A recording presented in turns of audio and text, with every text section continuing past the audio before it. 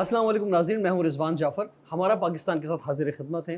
आज हमारे साथ हैं जनाब हाफ़िज़ मोहम्मद साद हुसैन रिज़वी साहब, अमीर तहरीक लब्बैक पाकिस्तान। अस्सलाम वालेकुम जी। वालेकुम सलाम। कैसे हैं अमीर साहब, खैरियत से हैं? अल्लाह आप का ठीक ठाक शुक्र है हैं? साहब। कराची का आपका दौरा, तो जी, कराची में भी आपको खुशामदीद कहते हैं। बहुत शुक्रिया जी आपका। तो आपका जलसा रहा कराची के अंदर, बड़ी तादाद में अवाम ने शिरकत की और ये कोई पहला मौका नहीं है। जब जब आप कोई अवामी कॉल देते हैं तो बड़ी तादाद में लोग निकलते हैं और इलेक्शन के दिनों में भी हमने ये देखा कि चाहे हम लास्ट इलेक्शन की बात करें, उससे पहले के इलेक्शन की बात करें, तो एक भरपूर अंदाज में आपको जो है वो पसीराई मिली।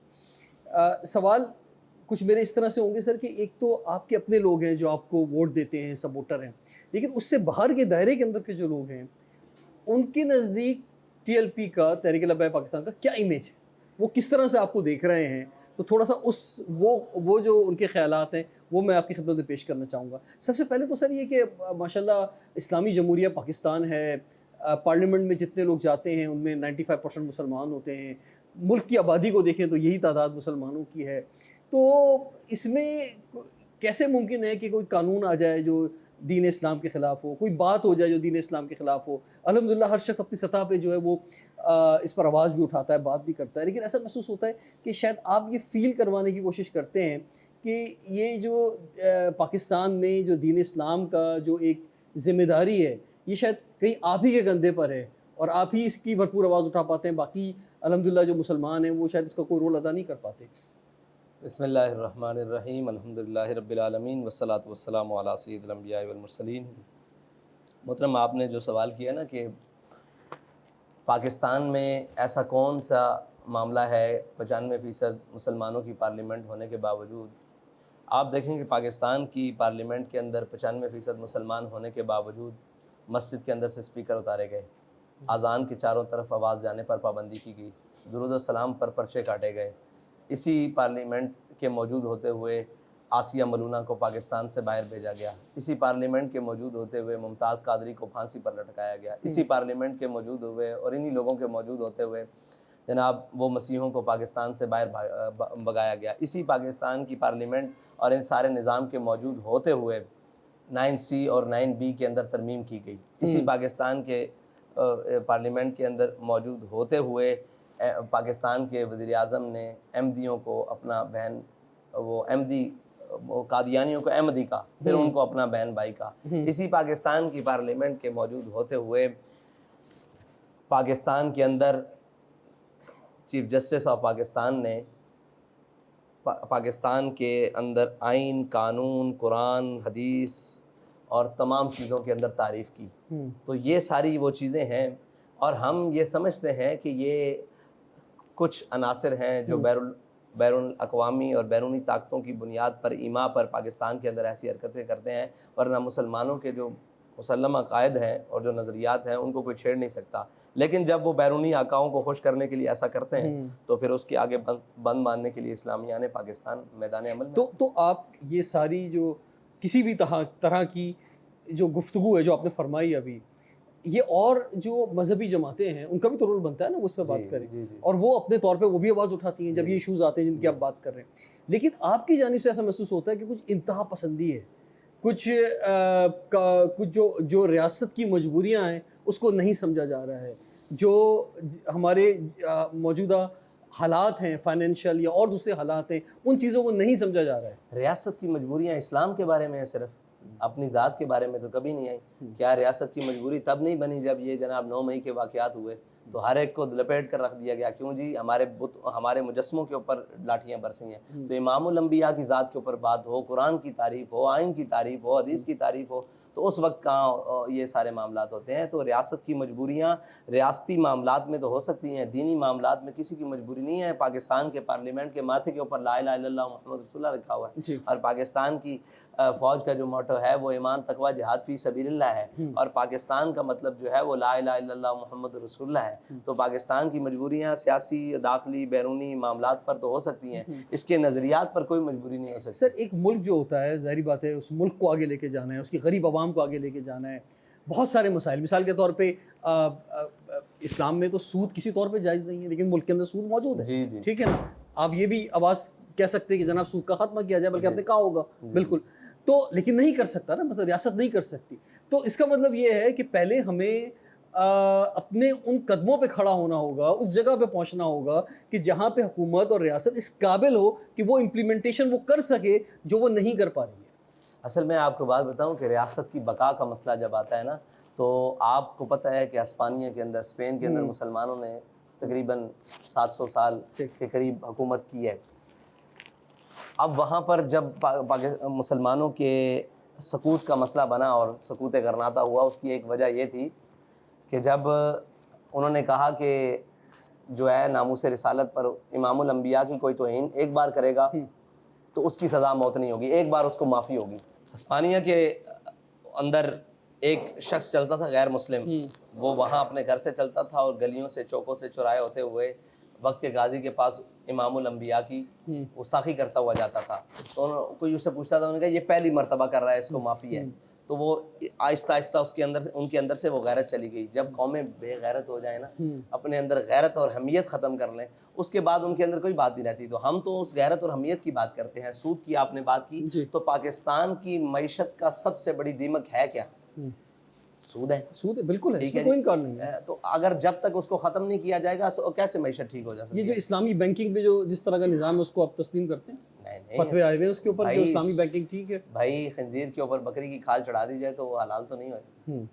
हमारा तो बिल्कुल मौका बिल्कुल वाज़ेह राय है कि जो कुरान और हदीस की रूह से हलाल हैं वो हलाल हैं, और जो हराम है वो हराम है। जो हमारे अइम्मा ने, फुक़हा ने कहा है वो हलाल है, वो हलाल है। नहीं, लेकिन इसका एक रूट मैप होना चाहिए ना। मिसाल के तौर पे अगर हमें सूद का खात्मा करना है तो उसमें का तरीक़ेकार क्या होगा? हम दुनिया से कट के तो नहीं जी सकते ना। हमें अपने कदमों पे इस जगह दुनिया खड़ा तो होना। आपको चाहती है कि आप दुनिया में उसके निज़ाम में फंस जाएं। और पाकिस्तान वाहिद तो इस्लामी मुल्क नहीं है ना दुनिया में। जो पाकिस्तान और दूसरे जो 57 इस्लामी मुल्क हैं, तो वहाँ भी तो यही निज़ाम चल रहा है। तो हमें ये भी देखना होगा कि हम जिस जगह पे खड़े हुए हैं, हम एक आलमी ताकत बन जाए, हमारी मईशत इससे स्ट्रॉन्ग हो जाए, हमारा रुपया इतना मुस्तहकम हो जाए, फिर हम ये बात करते हुए अच्छे लगेंगे। देखिए, अगर आप इस्लाम की रूह से बात करेंगे तो इस्लाम में मईशत का तसव्वुर वो नहीं है जो हमें इदाराती और यूरोपी निज़ाम ने पढ़ा है। इस्लाम में मईशत का तसव्वुर यह है कि गुठलियाँ चूस कर भी बदर जाना पड़ेगा। हम अगर ये होते तो हज़रत मुसअब बिन उमैर के तन पर कपड़े नहीं थे, वहाँ कहा जाता पहले इनकी जो कपड़ों की फैक्ट्री लगाई जाए, उस मुताबिक खड़ियाँ लगाई जाएँ, फिर इनके तहमत बनाए जाएँ और कमीज़ें बनाए जाएँ, फिर ये जंग में वो तो तहमत बांध के भी गए। आपको अगर दुनिया के निज़ाम से लड़ना है तो इस हाल में ही लड़ना होगा, इस हाल में जीना होगा। मुआशी तौर पर मुसलमान कभी भी मुस्तहकम नहीं हुए। इन्होंने निज़ाम अपना कायम किया और तसल्लुत कायम किया। एक वक्त था कि दुनिया में मुसलमानों की हुकूमतें थी। वो किस वक्त आई? जब मुसलमानों ने बेसरो सामानी के आलम में पूरी दुनिया के साथ टक्कर ली और अपना निज़ाम मनवाया। मुआशी तौर पर इस्तेकाम नहीं लाए, वो मुआशरती निज़ाम को अपने कंट्रोल में लेकर आए और अपने अखलाकियात और अपनी जनाब निज़ाम से उन्होंने पूरी दुनिया को लेकिन माशी निज़ाम भी हाथ में आया, साइंस एंड टेक्नोलॉजी भी आई, बाद में आई, तालीम भी आया, फन भी आया, सब कुछ सब जगह तरक्की हुई। इकबाल कहता है मैं तुझको बताता हूँ तकदीर उमम क्या है, शमशीर व सना अव्वल ताउस और रुबाब आखिर। हमारी ना माने मुसव्विर पाकिस्तान कलंदर लाहौरी की मान ले, वो कहता है मैं तुझको बताता हूँ तकदीर उमम क्या है। कहता है आपकी तकदीर जो उम्मत की तकदीर है वो मैं बताता हूँ। शमशीर व सना अव्वल कहता है पहले अपने पाँव पर आ, अपने निज़ाम पर आ, अपनी ताकत में आ, अपने उस उसूल पर आ। ये जो जितनी भी सियासी जमातें होती हैं ना, इसमें मुख्तलिफ वो अपना मंशूर जब पेश करती हैं तो उसमें हर तरह का एजेंडा होता है। तो आपका ये जो यानी जो मज़हब के हवाले से जो एजेंडा है तो सबके सामने है, लेकिन क्या आपने आपने अपनी तंजीम की जानिब से माशी एजेंडा भी कोई रखा है कि जनाब हम जब आएंगे इक़्तिदार के अंदर तो हमारा जो है वो ये एजेंडा होगा? भाईजान, जो मसला है ना, हमने सियासत को मज़हब से जुदा किया है। कुरान क्या है? कुरान निज़ाम का नाम है और निज़ाम सियासत के बगैर मुमकिन है। इमामुल अंबिया तशरीफ़ लाए हैं मदीना पाक में, तो मज़हब है या सियासत है? हाँ, इकबाल कहता है जुदा हो दीन सियासत से जो तो रह जाती है चंगेज़ी। हमने और माना ले लिया है सियासत का। इस्लाम पूरे निज़ाम का नाम है। अगर आप सियासत का माना ये लेते हैं कि 4 बंदे पार्लियामेंट में हों तो ये सियासत का इस्लाम कायल नहीं है। अगर 4 बंदे सेनेट में आ जाएं और मेरी आवाज़ आ रही है तो ये इस्लाम कहता है निज़ाम की बात करें। हम मुकम्मल निज़ाम की बात करते हैं, सियासत तो निज़ाम। तो आप जिस निज़ाम की बात करते हैं उससे अवाम जो है वो गुर्बत से निकल जाएगी, अवाम की हालत बेहतर हो जाएगी, जिस मुश्किल के अंदर अवाम है इस मुश्किल से निकल सकती है। बिल्कुल निकल सकती है। आप आज सूद छोड़ें, आप बिल्कुल इस मुश्किल से निकल सकते हैं। आप आज अशराफिया की अयाशियों पर पाबंदी लगाएं, आप इस सूद से निकल सकते हैं। आप आज अल्लाह और उसके रसूल के अहकामात के अंदर आ जाएं, सारे निज़ामात से निकल सकते हैं। आप मुझे बताएं हमारे ऊपर बोझ IPPs का है या बिलों का है? नहीं, हमारे IPPs का है, लेकिन वो तो हुकूमत जिसकी भी हुकूमत थी वो फैसले कर चुकी है ना। जब एक रियासत एक साइन कर देती है तो उसे अपना साइन निभाना पड़ता है। आज जो हमने दुनिया में कर्जे लिए हैं, आज जो दुनिया से हमने कर्जे लिए हुए हैं, IMF से जो कर्जे लिए हुए हैं, वो हमारी हुकूमत ने जो लिए हैं। अब हुकूमत चाहे आपकी आ जाए, किसी की भी आ जाए, आपने जो साइन कर दिया वो सूद अदा करना होगा उसको, मेरी बात जब तक कि वो कर्जे खत्म ना हो जाए। मेरी बात सुने, फिर कौम को ये बताएं कि हम तय कर चुके हैं। फिर कौम को ये क्या लगाया हुआ है कि आज IPPs के खिलाफ, आज महंगाई के खिलाफ एहतजाज हो रहा है। कौम को आके वज़ीर आज़म बताए कि हमने ये तय कर दिया हुआ है, आप चीखो मरो जियो, रियासत में अपने जनाब मुआहदे पूरे करने हैं। ऐसा नहीं होता। कौम के फलाह को देखा जाता है, कौम की आसानी को देखा जाता है। दुनिया में ऐसा कोई मुआहदा नहीं जो इंसान को शो, गरीब को शो, मेहनत को शो और उस मुआहदे को तोड़ पहुँचाया जाए। वो मुआहदा तो उसी वक्त ख़त्म हो जाता है जब किसी इंसान का, किसी गरीब का, किसी और अगर कल ये एक शख्स आकर कहे कि मैंने अपनी कत्ल का मुआहदा इससे कर लिया, ये मुझे मार दे, आप क्या कहेंगे कि ये मुआहदा तय पे आ जाएगा? हमारा वज़ीर आज़म उठकर कह दे कि हमारे 50,000 बच्चों को ज़िबा कर दिया जाए, हमारा ये मुआहदा तय हो गया, तो आप ये कहेंगे? हाँ, उसको ज़िबा तो नहीं किया जा सकता, लेकिन जमहूरियत एक ऐसा रंग है, इसमें आकर आप कौम को भूख से मार सकते हो। बम से मारना, गोली से मारना जुर्म हो सकता है, भूख से मारना और जनाब अफलास से मारना, जुल्म से मारना, ये जुर्म नहीं है। तो ये जो मुआहदे हैं ये रियासत के अवाम कुश मुआहदे हैं। इन मुआहदों को तो फिलफौर कट ऑफ होना चाहिए। और इमामुल अंबिया लेते ये तो सना ने क्या किया, या युहन्नास इन्नी लारानी अन्नतमी फी हाज़िल मजलिस अबदा। हुजूर ने जो सारे हैं सबसे पहले तो अपने ख़ानदान का सूद ख़त्म किया। रियासत मदीना के जो आप लोग कहते हैं कि हम मुसलमान हैं, हम सुन्नत रसूल पर अमल करते हैं, तो हुजूर ने सबसे पहले अपने चचा अब्बास इब्न अब्दुल मुत्तलिब का जो सूद है वो कौम पर ख़त्म किया। फिर जनाब खून था वो रबिया का, वो कबीला हुज़ैल वालों ने जिनको कत्ल किया था, सबसे पहले उनका खून माफ़ किया। जाहिलियत के सारे सूद, सारे खून माफ़ किए। तो आप भी आकर कहें कि हम सारे ये करते हैं, फिर कौम आगे। ठीक है। तहरीक लब्बैक के पाकिस्तान जो है, जैसे मैंने स्टार्ट में कही आज बात के, जब आप जलसे में लोगों को बुलाते हैं तो बड़ी तादाद में लोग आते हैं, फिर धरने पे बैठते हैं, तो धरने पे क्या होता है और जो धरने अब तक दिए हैं वो किस वजह से दिए और फिर किस वजह से ख़त्म किए, इस पर बात करेंगे ब्रेक के बाद। देखते रहिए प्रोग्राम हमारा पास।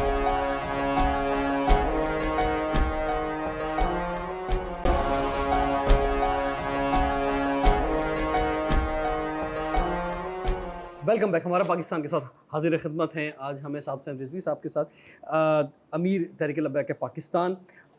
सर ये फरमाइए कि सबसे पहले तो आपके वालिद मोहतरम, एक बड़ा रिस्पेक्ट है उनकी पूरी दुनिया के अंदर और लोग बड़ा मानते हैं, लेकिन कुछ लोग जो हैं, जो आपके मुखालफिन हैं, उनकी कुछ ऐसी वीडियोज़ निकाल कर जो है वो सोशल मीडिया पे वायरल करते हैं, सामने लेकर आते हैं, जिसमें उनका इमेज जो है वो बहुत सख्त जाता है कि जनाब वो जो उनकी लैंग्वेज है उस हवाले से बहुत सवाल उठते हैं। जिस तरह से उन्होंने एड्रेस किया अपने ही लोगों को या हुकूमत को या रियासत को, तो उस पर कुछ उनको बताना चाहेंगे जो लोग इस तरह की वीडियोस निकालते हैं? देखें, हमने जो कहा, उन्होंने जो कहा, हम आज उस बात के वारिस हैं। नईमुल हक इमरान खान के कहने पर के हक में अपने सामने वाले वजीर को, वक्त के दानियाल अजीज़ को मुंह पर थप्पड़ मार सकता है, तो हम किसी को कोई बात भी नहीं कह सकते। वो जनाब फवाद चौधरी और वो क्या नाम है समी इब्राहिम साहब को टांग मार सकता है और थप्पड़ मार सकता है अपने जनाब गुस्से के अंदर, तैश के अंदर, तो हम किसी को बात भी नहीं कह सकते। उन्होंने जो कहा वो बेहतरीन कहा। ज़ुबान का सख्त होना इंसान के सच्चे होने की दलील है। ये ज़रूरी नहीं है कि भाई वो ज़ुबान क्या सख्त इस्तेमाल की है। यही कहा है ना कि आपने जलालत की है, आपने गुमराही की है, आपने जनाब ये किया है, यही कहा है। और क्या कहा है? यहाँ पे सुबह शाम आप देखें ट्विटर भरा पड़ा है, कौम को माँ बहन की गालियों की जो गाली ब्रिगेड तैयार किए हुए हैं, सारा कुछ वो एक दूसरे को कर रहे हैं। हाँ, हम हक के लिए, इस्लाम के लिए किसी को बात सख्त करें तो वो हमारा रवैया सख्त हो जाता है। लोग एक दूसरे को थप्पड़ मारें और गिराएं, और टॉक शोज में आपने देखा है क्या क्या तमाशे होते हैं, माँ बहन की गालियाँ निकाली हैं। उससे पहले भी वो आपने देखा है, वहाँ वो जायज़ है। हम अगर दीन इस्लाम के लिए थोड़ा सा रवैया इख्तियार करें तो वो नाजायज़ है। अगर हमारे मुखालिफ हमारे बारे में क्या सोचते हैं तो उनको आज़ादी है, वो जो दिल करे। सर आप ये भी जो कहा जाता है कि आप एक कौम को इंतहा पसंदी की तरफ लेके जा रहे हैं, एक ऐसा ग्रुप जो है वो क्रिएट कर रहे हैं नौजवानों का या जो आपके चाहने और मानने वाले हैं कि वो बस आप ही उन्हें ठीक नज़र आ रहे हैं और बाकी सब गलत असल में बात यह है कि इंतहा पसंदी की तारीफ करनी पड़ेगी। है। इंतहा पसंदी क्या है? जी। सवाल तो ये है कि इंतहा पसंदी क्या है। हम्म। अगर नामूस रिसालत पर स्टैंड लेना इंतहा पसंदी है तो हम अपने आप को बहुत बड़ा इंतहा पसंद मानते हैं। अगर ख़त्म नबूवत पर बात करना इंतहा पसंदी है तो हम सबसे बड़े इंतहा पसंद हैं। अगर कौम के मफाद के लिए बात करना इंतहा पसंदी है तो हम बड़े इंतहा पसंद हैं। अगर कश्मीर की बात करना इंतहा पसंदी है। लेकिन सर एक अदम बर्दाश्त का भी तो मामला होता है ना कि भाई- सामने वाले की बात को डायलॉग के जरिए सुना जाए। देखें, हम्म। कश्मीर लुट गया है, हम्म। आप और मैं डायलॉग करते रहे, इसका किसको फायदा हो? मेरा सवाल है। फ़लस्तीन आज लुट रहा है और सब कुछ हो रहा है, पूरी उम्मत पाकिस्तान भी के बैठ अंदर कर- जो डिफरेंट फ़िके के लोग हैं, डिफरेंट ज़बानों के लोग हैं, डिफरेंट मसालिक के लोग हैं, तो सबका एहतराम वाजिब है। बिल्कुल वाजिब है। वो अपने अपने अकायद पर, अपने अपने नज़रियात पर अपने अपने काम करें। और आप तो बताएं क्या कि आप अपने पाकिस्तान जलसों में के ये अंदर- दर्ज देते हैं कि जी, जनाब सबका एहतराम करना है, हमने जी, सबको मिला के आगे चलना है? पाकिस्तान के अंदर कोई क्या आपने ऐसा- कभी सोचा कि वो जो दूसरे मसालिक के या फ़िकों के लोग हैं, उनका वो भी आपको वोट डालें? वो वोट बैंक आपका वो आपके हमें पास आना वोट चाहिए? देते हैं? कौन नहीं देता हमें वोट? पाकिस्तान में बसने वाले जो अहले तशय्युअ हैं, अहले सुन्नत हैं और देवबंद हैं और जनाब अहले हदीस हैं, वो जितने भी हैं वो देते हैं, हमें वोट देते हैं। हमें हमारे नज़रिए की बुनियाद पर देते हैं, हमारे नज़रिए की बुनियाद पर देते हैं। आप मुझे बताएं कि पाकिस्तान के अंदर किस फ़िरके को हमारी किसी बात से तकलीफ है ताकि हम उसका मदावा करें जाकर उनके पास? ठीक है। ठीक है, ठीक। तो बात यह है तो यानी कि आपके ये- दिल के दरवाजे और तंजीम के दरवाजे सबके लिए खुले हुए हैं। जी जी, पूरे आलम इस्लाम के लिए खुले हुए हैं। बात यह है कि वो कौन सा ऐसी जगह है जो बंद कमरों में बैठकर तो ये कहा जाता है कि इनको तकलीफ हो रही है और उनके पेशवा कहते हैं कि नहीं, जो आप काम कर रहे हैं हम इसमें आपके पीछे हैं। तो ये कौन नजरिया पैदा करता है कि बंद कमरों और मीडिया हाउसेस के साथ अंदर बैठकर तो ये बातें करते हैं और उन्हीं के जिनके बारे में बात कर रहे हैं उनके पेशवा कहते हैं कि जनाब ये जिस बात पर है हम इनकी बात की तारीफ करते हैं। जो हमारा कानून है ख़त्म नबूवत के हवाले से, उस पर आपने बहुत ज़्यादा बात की और आवाज़ भरपूर सिर्फ तरीके से खत्म उठाई। नबूवत पर बात नहीं की, यही तो मसला है अच्छा, मैं हमारे। इसमें लेकिन इसमें एक नहीं, सवाल कर लूं पहले। एक जी, इस बात को तय जी। कर लें कि हमने खत्म नबूवत पर भी बात की, हमने नामूस रिसालत पर भी बात ठीक है। की, हमने जनाब पाकिस्तान की नज़रियाती असास पर भी बात की, पाकिस्तान की जोग्राफियाई असास पर भी बात की, कश्मीर पर भी सबसे ज़्यादा हमारा बड़ा स्टैंड, फ़लस्तीन पर भी हमारा बड़ा स्टैंड, ठीक है जी, पाकिस्तान के अंदर होने वाले जुल्म और सितम पर भी हमारा बड़ा स्टैंड, जो जबरी जो गुमशदगियाँ हैं उन पर भी हमारा स्टैंड, मिसिंग पर्सन पर भी हमारा स्टैंड, उसके बाद जो अभी ईरान के साथ पाकिस्तान के मामले बने उस पर भी हमारा स्टैंड, फिर जनाब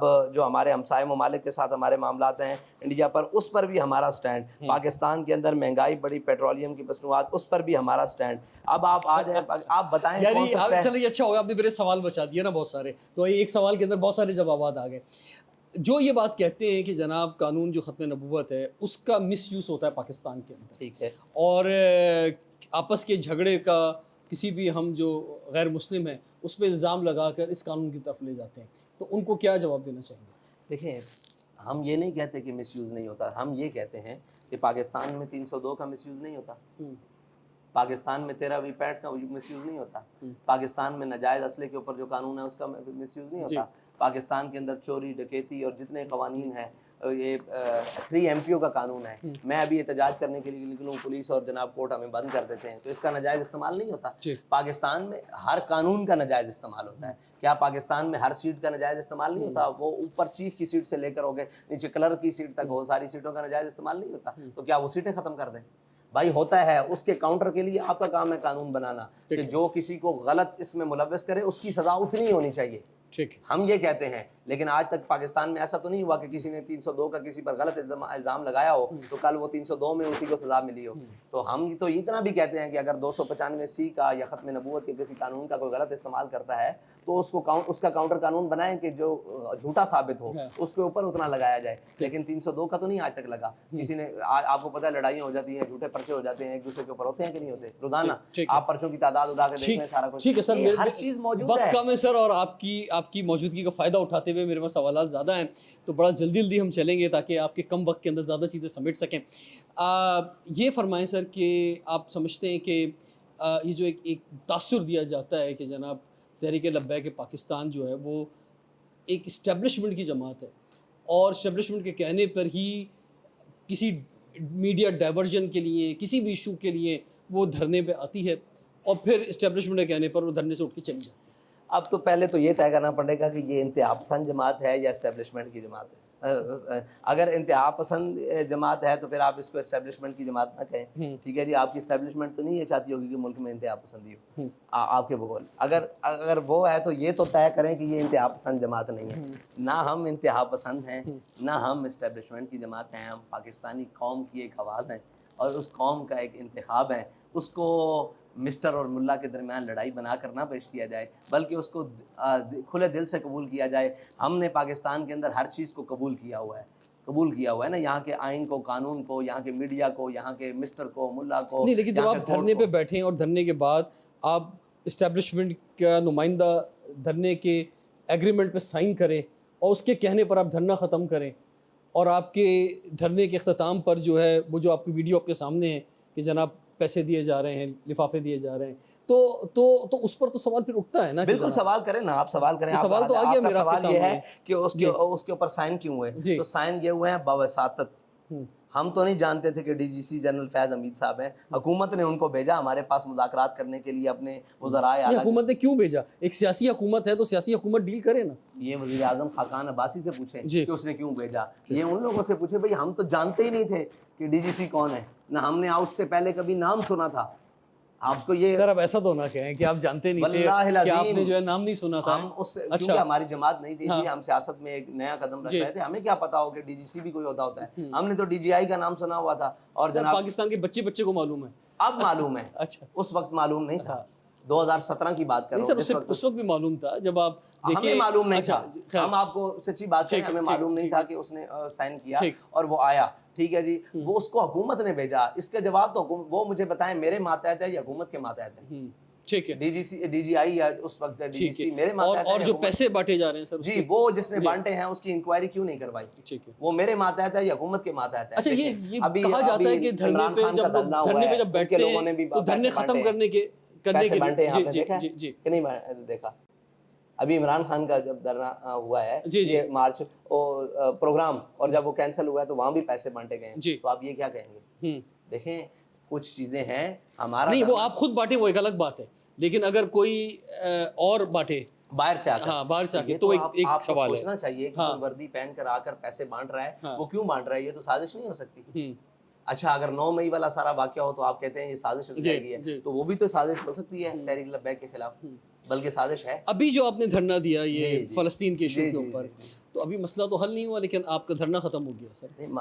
हमने जो मुतालबात किए, उन मुतालबात की जद्दोजहद में वक्त सारी चीज़ें मौजूद हैं, और हमने कहा कि उसको दहशतगर्द करार दिया जाए, इमदाद बहाल की जाए, और जो मसनूआत पर बाइकाट की बात है वो हमारी उनसे बातचीत चल रही है। बहुत सारी चीज़ों पर वो पाकिस्तान के अंदर दरामद पर पाबंदी लगा रहे हैं, तो बस हमारे तो मामला चल रहे हैं। यानी आप समझ रहे हैं आपके मुतालबात पूरे हो गए, इसीलिए आप धरने से उठे? हो रहे हैं मुतमईन है, हमसे मांगा है। अगर ना हुए तो हम फिर मौजूद है पाकिस्तान, फिर धरना दे देंगे। बिल्कुल देंगे। आपको क्या ख्याल है कि अपने मुतालबात पूरे ना हो तो क्या करना चाहिए? फिर अगर ना दे तो फिर भी आपको इतराज है, अगर दे तो फिर भी आपको इतराज है। अजब नमूना। अब हम इस तरफ बढ़ेंगे कि क्या तहरीक लब्बैक पाकिस्तान जिसको वोट बेनता मिलते हैं, तो अगर ये पिछले इलेक्शन के अंदर फरवरी के, ये क्या समझते हैं, मुतमईन है उस इलेक्शन से या नहीं है?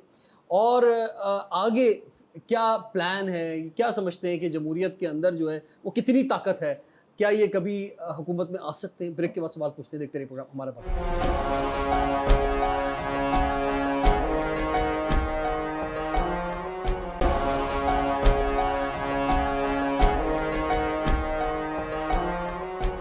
Welcome back. हमारा पाकिस्तान के साथ हाजिर खिदमत हैं। आज हम हैं हाफिज़ साद हुसैन रिजवी साहब के साथ, अमीर तहरीक लब्बैक पाकिस्तान।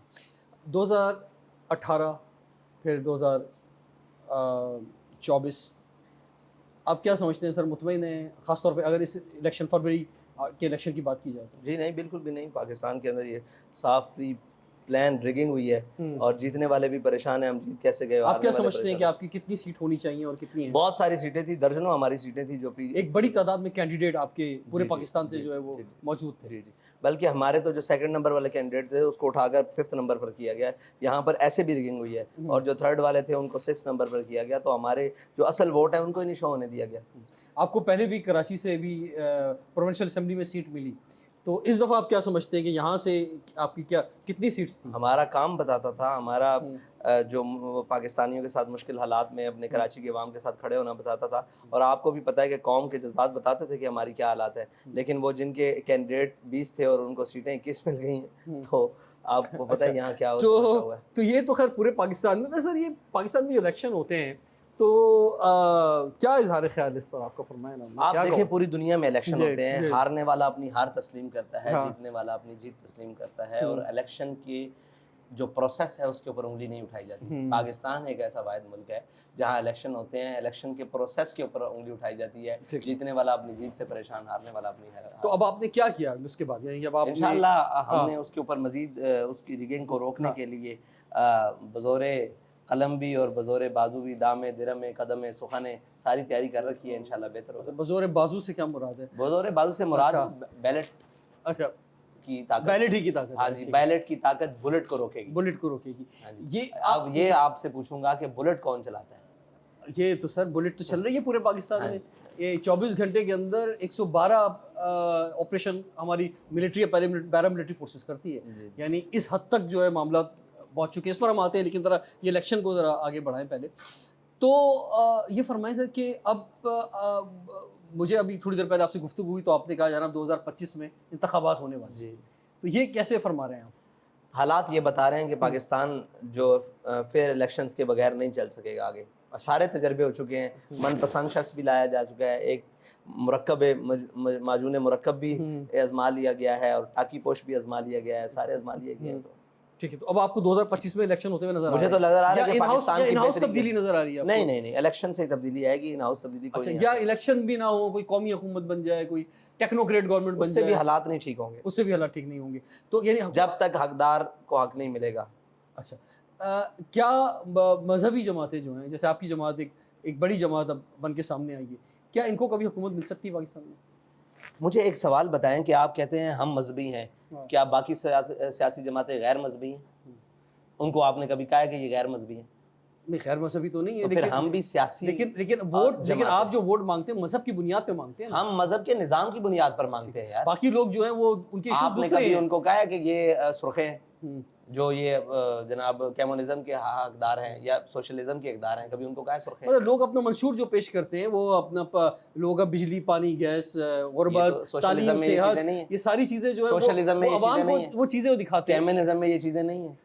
नहीं, ये तो हर जगह है, ये तो हर जगह है ना। तो हम इसी को तालीम, मांगे, सेहत, हम भी बुनियादी हकूक तो हर जगह हमने है। भी यही कहा है हाँ। कि पाकिस्तान का मकसद क्या है? इस्लाम, पाकिस्तान और अवाम। ठीक है। ठीक है जी, क्योंकि पाकिस्तान का जनाब बना इस्लाम के नाम पर है। ठीक है जी, और पाकिस्तान के अंदर रहने वाली अवाम जो है वो ज्यादातर मुसलमान है। तो साफ ज़ाहिर है अब हम और किस बुनियाद, यहाँ ईसाइयत की बुनियाद पर बात मांगे? भाई आप कह सकते हैं उनको गैर मजहबी तंजीमें, लिहाजा जब हम सियासत कर रहे हैं तो हम सियासी भी पहले हैं और मजहबी भी पहले हैं। एक मिसाल माजी में मुत्तहिदा मजलिस अमल की आपके सामने है जी। तो कोई आपने सोचा ऐसा कि जनाब ये जमीयत उलमा को हम जमा करें, JUI को हम जमात इस्लामी को बैठाएं, जो लोग मजहबी सियासी जमातें मिल के कोई इलेक्शन लड़ें एक ताकत जी, भरपूर इस पर काफ़ी सारी बात हुई है, काफ़ी सारी बातें हुई हैं और काफ़ी सारे मुलाकातें भी हुई हैं, लेकिन किसी चीज़ नतीजे के बगैर उम्मीद है मुस्तकबिल में कोई अच्छा नतीजा निकलेगा उन मुलाकातों का। ठीक है, क्या मैं तवक्को करूं सर कि जो अवाम की इस वक्त जो मसाइल हैं, जैसे इस वक्त बिजली के बिलों का एक बहुत बड़ा मसला है, इस वक्त महंगाई एक बहुत बड़ा मसला है, तो इस पर भी कोई धरना होगा? देखें, जब ये अवाम का मसला होगा, अभी आपका और मेरा ज़ाती मसला है, लोगों का ज़ाती मसला है, अगर अवामी मसला हो तो बाहर आकर बैठे, लोग निकलें। अभी जमात निकली है तो लोगों ने क्या रिस्पॉन्स दिए आप मुझे बताएं, वो अपने लिए थोड़ी निकले। अब बिजली का मसला कौमी मसला था, कौन वहाँ गया? असल में जब कोई निकलता है इन इश्यूज़ के ऊपर तो अवाम ये समझती है कि ये अपनी सियासत चमकाने के लिए निकला है, ये हमारे लिए नहीं निकला। तो फिर बेहतर ये है ना कि अवाम अपना मुंतखब करदा कोई आदमी आगे लेकर आए। हाँ, या तो सिविल सोसाइटी खड़ी हो, अवाम जो है वो खड़ी हो, उसके ऊपर खुद खड़ी हो, कोई सियासी जमात खड़ी ना हो। जी। अब जब निकलें तो कहते हैं नंबर स्कोरिंग के लिए, और ना निकलें तो कहते हैं इनको हमारे इशू से डर नहीं है। निकले तो कौम का मतलब है, कौम तो एक 24 घंटे बहुत ज्यादा है, 8 घंटों के लिए सीरियस हो जाए ना तो बिजली पानी वाले कौन से मसाइल हैं जो इनसे हल नहीं होंगे? उन्होंने तो हमें ला कर इन मसाइल तक खड़ा कर दिया कि ये आगे कुछ ना मांगे, कल हम इनको थोड़ा दबाएं तो ये कहें बिजली ठीक कर देंगे। ठीक है, बिजली ठीक कर देते हैं, पानी ठीक कर दें। आपको लगता है कि पाकिस्तान में बिजली का शॉर्टफॉल है? नहीं, शॉर्टफॉल आपको लगता है कि पाकिस्तान के अंदर बिजली की ये कीमत है जो हम अदा कर रहे हैं? नहीं, ये कीमत नहीं है। तो फिर इसकी बात यह है कि उन्होंने हमें दबाने के लिए रखा हुआ है कि कल कौम बाहर निकले भी तो हम उनको बिजली देके घर वापस कर देंगे, उनको उस नजरिए पर नहीं आने देंगे कि ओए उतरो, ये जनाजा है, वो क्या तख्त है तुम्हारा, कुर्सी है तुम्हारा, जनाजा तो नहीं, उतर क्यों नहीं लेकिन जाते? फिर भी एक एजेंडा पेश होना चाहिए ना सर, क्योंकि अभी तो हुकूमत चल इन टैक्सेस के ऊपर, ये बिजली, इस पूरे निज़ाम के ऊपर हुकूमत चल रही है और कर्जों पर हुकूमत चल रही है। यानी सूरत हाल ये है कि आप NFC के हक में हैं? वैसे बिल्कुल नहीं। NFC के हक में हैं, जी यानी जो सूबों को जो मिलता है, जी, उनका उनको जो जी, मिल जी, जाता है, बिल्कुल, अच्छा, उसको देने के बाद विफाक के पास पहले महीने की तनख्वाह नहीं होती देने के लिए, तो उसको लाजमी जाना पड़ता है यही IMF के पास या दुनिया भर से भीख मांगने के लिए। जी, जी। तो सियासी जमातों को तो चाहिए ना कि भाई रूट मैप एक बना के पेश करें कि जनाब हम आपको रूट मैप बनाते हैं, जैसे मिसाल के तौर पे अपनी इंडस्ट्री को कैसे खड़ा कर सकते हैं, हमारी अपनी मईशत अपने कदमों पे कैसे खड़ी हो सकती है। तो ये मसले आप ये समझते हैं कि ये जो मजहबी मामला हैं, ठीक है, ये अच्छी बात है, लेकिन लोगों के ये जो बुनियादी मसाइल हैं, ये बहुत बड़े मसाइल हैं, इसकी तरफ एड्रेस करने की ज़रूरत है। भाई DLP हम को एड्रेस करते हैं। आपको पता है पेट्रोल के खिलाफ किसने सबसे पहले बात उठाई? जब उसके ऊपर लेवीज टैक्स बढ़ाया और उन्होंने ये बढ़ाए, हमने खड़े की, लेकिन कौम का रिस्पांस बिल्कुल भी नहीं था। कौम को इससे कोई गर्ज नहीं था, सस्ता हो जाए तो आपके साथ हैं, और अगर खुदा ना खास्ता कोई लाठी गोली चल जाए तो कहते हैं इनको इस काम की क्या जरूरत है, हम तो ले रहे हैं। हमने तो यहाँ तक इनको पेश किया था, पूरा रोड मैप पेश किया था कि देखें, एक 5000 सीसी वाला आदमी है, वो भी पेट्रोल 100 रुपये लीटर ले रहा है, मिसाल 300 रुपये लीटर ले रहा है, और एक 70 सीसी वाला आदमी है वो भी 300 रुपये ले रहा है। तो भाई फ़र्क तो होना चाहिए, फ़र्क तो होना चाहिए। आप यूँ करें कि बाइक वाले के लिए जनाब पेट्रोल की कीमत ज़रा 150 करके देखें, तो मुझे वो कहने वाले ने कहा कि सारी कौम बाइकों पर आ जाएगी। मैंने कहा और चाहिए क्या, और चाहिए क्या? आपके पेट्रोल की कंजम्पशन खत्म हो जाएगी और आप मुश्किलात खत्म हो जाएगी। वो मैंने कहा अगर आप उससे नीचे आएंगे तो आप टैक्स फ्री करेंगे, फलां को बिजली का इतने सर अगला लाइमल आपका तो क्या, आप साइकिल पर आए तो मुल्क का वज़ीर आज़म साइकिल का अगला लाइमल आपका क्या है, अगला आगे कैसे बढ़ रहे हैं, क्या इंशाल्लाह हम आगे बढ़ रहे हैं। हम आगे बढ़ना क्या, हम आगे बढ़ रहे हैं, कौम के साथ ही बढ़ रहे हैं। कौम के मसाइल अगर कौम के मसाइल को हम हल ना करते हो तो कौम हमें अगला धरना किस बात के ऊपर है?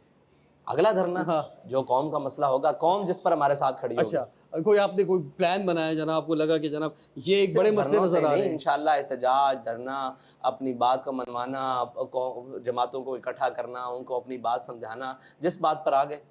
आप मुझे बताएं, अब इमरान खान अंदर है, PTI से पूछेंगे तो अगला धरना कब होगा, तो वो आपको क्या कहेंगे? इमरान खान की रिहाई तक सारे धरने होंगे। तो हम भी कहते हैं इस कौम की बेहतरी तक जहाँ तक हमें जाना पड़ा जाएंगे। ठीक है, बहुत बहुत शुक्रिया sir, thank you very much, आपने ज़बरदस्त ख्यालात का इज़हार किया। रिजवान जाफर, इजाज़त दीजिए, देखते रहिए प्रोग्राम हमारा पास।